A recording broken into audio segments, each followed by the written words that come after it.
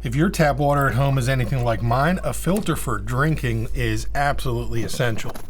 Over the years, I feel like I've tried them all, and personally, I just prefer the taste of ZeroWater and the systems that they put together compared to the other options out there. I really like how their large filters remove so many different things from the water and also require changing less often than the small filter options.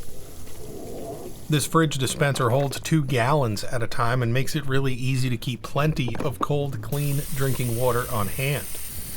My water measured 295 parts per million out of the tap, and it's really cool that this fridge dispenser now works directly with the little meter they give you to measure the water as you're pouring it.